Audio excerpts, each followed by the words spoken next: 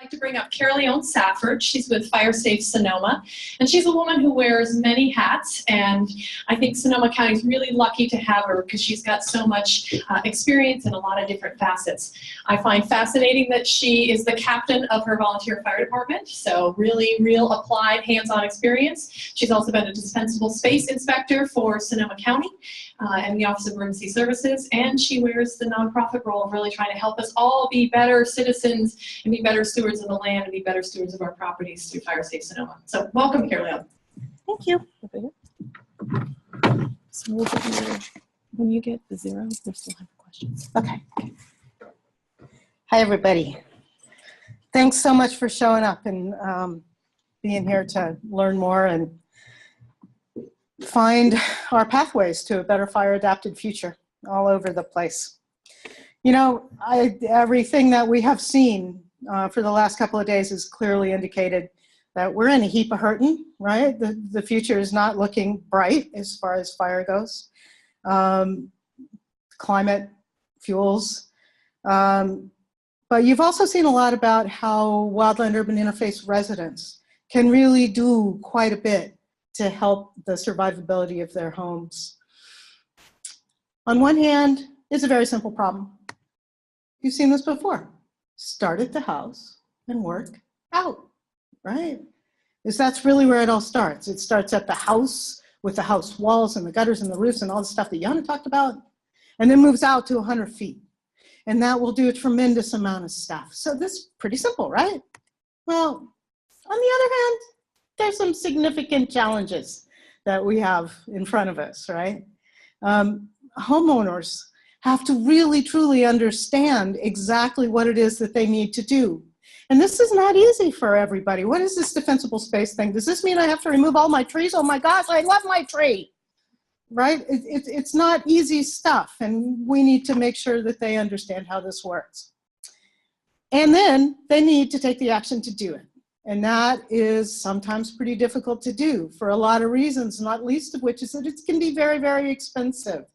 If you have a home in an area that was in the burn area, or I'm in an area where we're really devastated by sudden oak death, well, in those areas, it can cost you thousands and thousands of dollars just to remove dead and dying trees.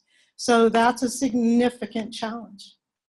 Home hardening, what Yana talked about earlier, critical, critical. Much less understood by the public in general, and a really hard sell, because you start talking about home hardening and their eyes get big and I can't afford to replace my siding. It's a terrifying prospect. But there's a lot that people can do that are workaround solutions for a lot of the problems. So we really need to get the word out about that. And retrofitting is entirely voluntary. There's no agency that's going to come and inspect you and tell you that you need a new roof or new vents. This is something that homeowners have to learn and accept on their own. So how do we get that word out? Demographics can be a challenge.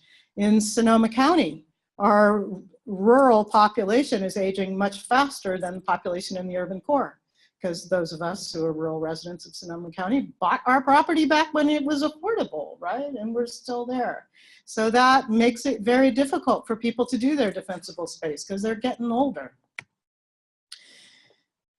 So, you know, we've been really successful at this firefighting thing. Since the 60s or so, we've been putting out 90 to 98% of fires at less than 25 acres, right? We've heard that over and over. That's awesome. That was really good, except for that it's kind of left us with a legacy of an awful lot of fuel out there in the wildlands, which is causing some issues. And at the same time, as we heard earlier, we have, what, 72% more homes in the wildland-urban interface since the 60s? We know that this is a problem. All of the fire agencies in the county have known that this was a problem. And a lot of us have done a lot of significant outreach and education to the public. This is a slide that I stole directly out of a presentation that I've given over and over and over and over many, many times. This is the Hanley Fire, 1964, which everybody knows about now. Didn't used to be the case when I threw this slide up here, I can tell you that. And here we're looking at this area down here in the bottom, north of Santa Rosa. And let's talk about the WUI. Envision that slide that Ben just showed of Felton Grove. And this would have looked pretty much the same. This would have been open grazing land and not a whole lot of houses on it. And things changed drastically on October 9th, when we had near total destruction in this area. This is so hard to look at for those of us who've been really caring about getting people on board with us in the wildland-urban interface. I've done a whole lot of outreach out there as Fire Safe Sonoma, Rincon Valley Fire, over and over and over, CAL FIRE, presentations, inspections, all kinds of stuff. So how well are we doing that job? How well is that message getting across? Could we have done more? These questions keep me up at night. Now, oddly, this one never made it into my slideshow before. Right? This is like my Monty Python. Nobody expects the Spanish Inquisition, right? You know. This was a surprise that this fire made it across the Great Highway 101 fuel break and burned into Coffey Park, doing this kind of terrible, devastating damage in that area. It's very hard to even know what to say about that. I mean, the conditions were so catastrophic. So can we do anything about this in these tight neighborhoods? Should we be planning how do we handle this? I think this is a question that we really need to have more dialogue about amongst agencies, using best available science. There's a lot of science that should be filtering down to the agency level, and planners and everybody else needs to get involved. But even with destruction like this in areas like Coffey Park and Fountain Grove, there were survivors. This is an awesome example. Had a lot of the stuff that people have been talking about. Had a good position on the slope. Clearly not made of wood much, right? Good stucco house, stucco fences, walls in front of it, hill behind it, really significant. But this was a survivor. And this is the kind of image that we really have to start putting out there. These homes can be built to survive in most conditions. Maybe not all conditions, but in most conditions. So this is super important to get this message out and allow people to understand that this is what they can control. We're terrified of fire. I am terrified of this fire season. I'm absolutely terrified. The only thing that I can control is my own stuff. I can control my house. I can control my 100 feet. So that gives property owners back some control if they could just move forward to take advantage to some of the stuff we can do. Jack Cohen, who was referenced earlier, I absolutely love this guy. This is a slide that I got from him like way back in the way back, like 2005 or something. And so he was just talking about like, how do wildland-urban interface fire disasters occur? Well, you start with severe fire conditions. We had that. Then you get a wildland fire. We got that, right? Did we ever? And then you get home ignitions, widespread home ignitions. We got that. Suddenly, we had fire prevention, fire protection resources, which were completely overwhelmed by what was going on. All we were doing was saving lives, right? And reduced effectiveness, completely reduced effectiveness because we were only concentrating on saving lives. And many destroyed homes. And the point that Jack Cohen, who was wonderful, just retired, wanted to make is that if we take home ignitions out of this equation, if homes don't ignite, we don't have a wildland-urban interface issue anymore. We just have a wildland fire, which we can now begin to allow to return to its natural role in the California ecosystem, which is why I got up here, because I care about ecosystems, I care about fish, I care about stuff like that. So this is, to my mind, the hope for us to move towards a more fire resilient future is to deal with the house first. We've got to deal with the house first so that we can let fire burn in our environments without threat of taking out our houses, because that's always going to be our first thing that we have to protect as firefighters is your lives and your homes. So yes, I'm a little passionate about this message. So how can we do this? What are some motivators, right? Well, there's two approaches. you got your basic carrots and your basic sticks, right? Now, I'm truthfully at heart, I'm kind of a carrot kind of guy, right? I like doing the education stuff and yeah, bula bula, right? But I started working with this inspection program and very rapidly saw, golly, this seems to work much better than me going out and saying, look, you can do this, do you want to join up, right? So regulation works good. So what do we got for that? We got defensible space regulation, right? So Chief Nichols talked a lot about Public Resource Code 4291. And then you have like local resources which can be brought into bear. Sonoma County is moving forward with Sonoma County Code Chapter 13A, which is kind of a cool thing because it addresses one of the great vulnerabilities of 4291 is that 4291 was written not to protect the forest, the house from the forest fire, but the forest from the house fire. So 4291 doesn't address unimproved parcels. And there are places in this county where that's a huge, huge, huge problem. And so you can pass a local ordinance to address those. And that's what we did. And we did some inspections. Inspections can kind of be of two types, right? You can have an inspection that is mostly educational in intent, where you go out and you write them up a thing and you talk to the homeowners and you give them but you're not going to take them and cut the stuff down and bill them for it, right? That's a whole nother story. Inspection followed by abatement, extremely effective motivator. Even inspection programs have a bunch of carrots with them. Sarah McCaffrey, who's going to talk a little bit later, talks a lot about how important it is that residents get information from a trusted source, preferably in a blue uniform. So you get that with inspection programs. They work really well that way. And providing incentives really helps too. So if we can do chipper programs or special needs assessments to help people, that really helps. This is hard to do in a regulatory environment like we have in Sonoma County. Basically, if you look at this slide, all the colored stuff, that's all the state responsibility area where 4291 applies. The white stuff in the middle, that's all local responsibility area where it doesn't apply. So different regulations apply in different places. In Sonoma County, we have somewhere around 38 fire agencies. I'm never really sure what the number is today. That's a lot of fire agencies to coordinate towards change. So we really need to start working towards getting everybody on the same page. A lot of these rural areas are served by volunteer fire companies like mine, aging volunteers, reducing numbers of volunteers, issues. So what agency is going to inspect in the SRA? If we do inspections, will it be local, will it be state? What standards shall we use? Who has the staffing for this, right? Who has the trained staffing to go out and do this inspection? Is the public going to like it? Maybe not so much.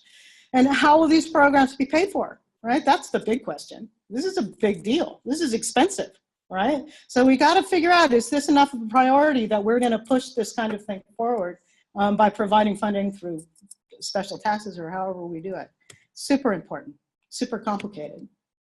Okay, what have we got in place now? Well, we're moving towards that. But now what we have is some really awesome other stuff. I'm moving into the Fire Safe Council side, putting on my carrot hat now. So there's tons of awesome education programs out there. Ready, Set, Go, Living with Fire, IBHS, like Yana talked a lot about Dr. Steve Quarles. I'm also a groupie of Dr. Quarles. We also have awesome allies out in the fire service.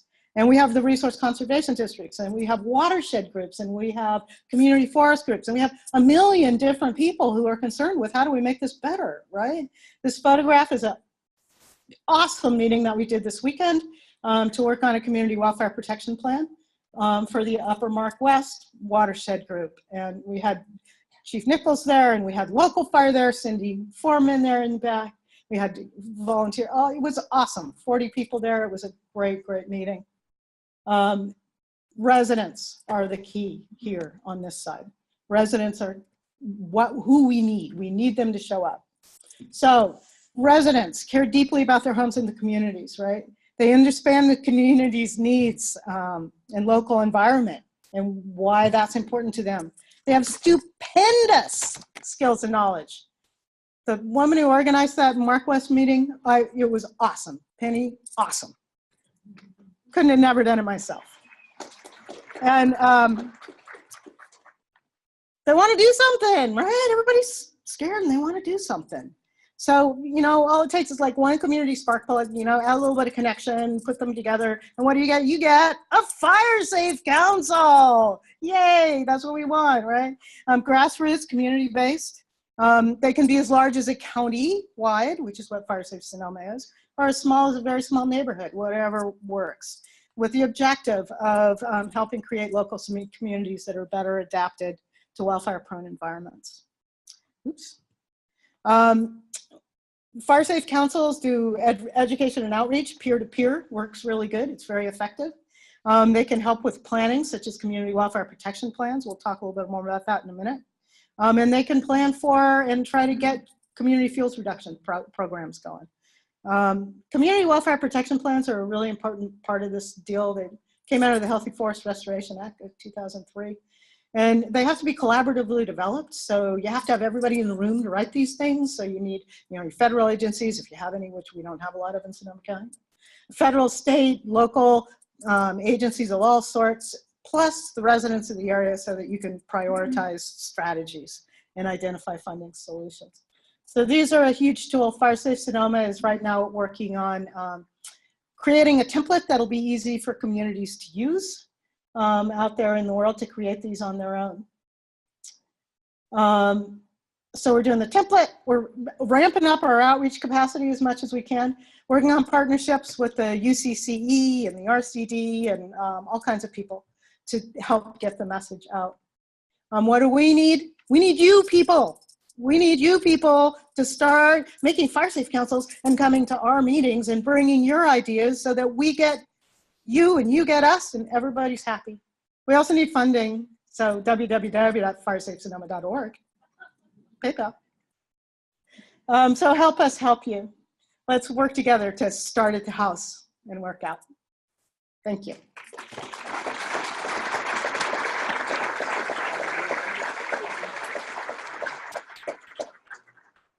We have time for a question or two, and then there's a discussion. I don't get to stand on the stage with another Safford very often. Kind of cool. Distant cousins must be. Must be, have to be. Yeah, must be. We don't know though. Please go ahead. Ben and Yana, by the way, if you guys would come up, that'd be cool. So I am a member of, and I spoke yesterday too about the issue that we have in our community. I lived on Wickiup Bridgeway, which is off of Northwest Springs Road. We lost our bridge. If that bridge had burned prior to most of my neighbors escaping, it would have been much more tragic. And we had utility companies open 2 easements into our property, and we are now experiencing the, I don't want to have that open, I'm going to put a chain across it kind of thing. And I was approached by one of the neighbors in the neighboring community about possibly having a community-wide meeting to discuss those easements because they also only have one way in and one way out. How do we go about, now that all of these neighbors are displaced, we can't drop something in their mailboxes and say, come to this meeting. How would you recommend we try to start the dialogue for this community in light of this problem? Wow. You know, finding those folks, I think they're probably findable. I'm not sure how you would do that. I would say the more people are looking, the better. So the more you can start to grow that community group and bring as many people, bring in your local fire department as soon as possible, because they'll be a big help to you. If the challenge is going to be finding them, that is going to be difficult. It's probably going to be challenging to get them to meetings. But I think people are very receptive at this point because it was such a tragic event. I think it's a little easier to get traction with people saying, yeah, I guess we could use that road for evacuation. So it's worth a try, and getting everybody in the same room and pointing out the risks in the area is a great first step. So please feel free to contact us.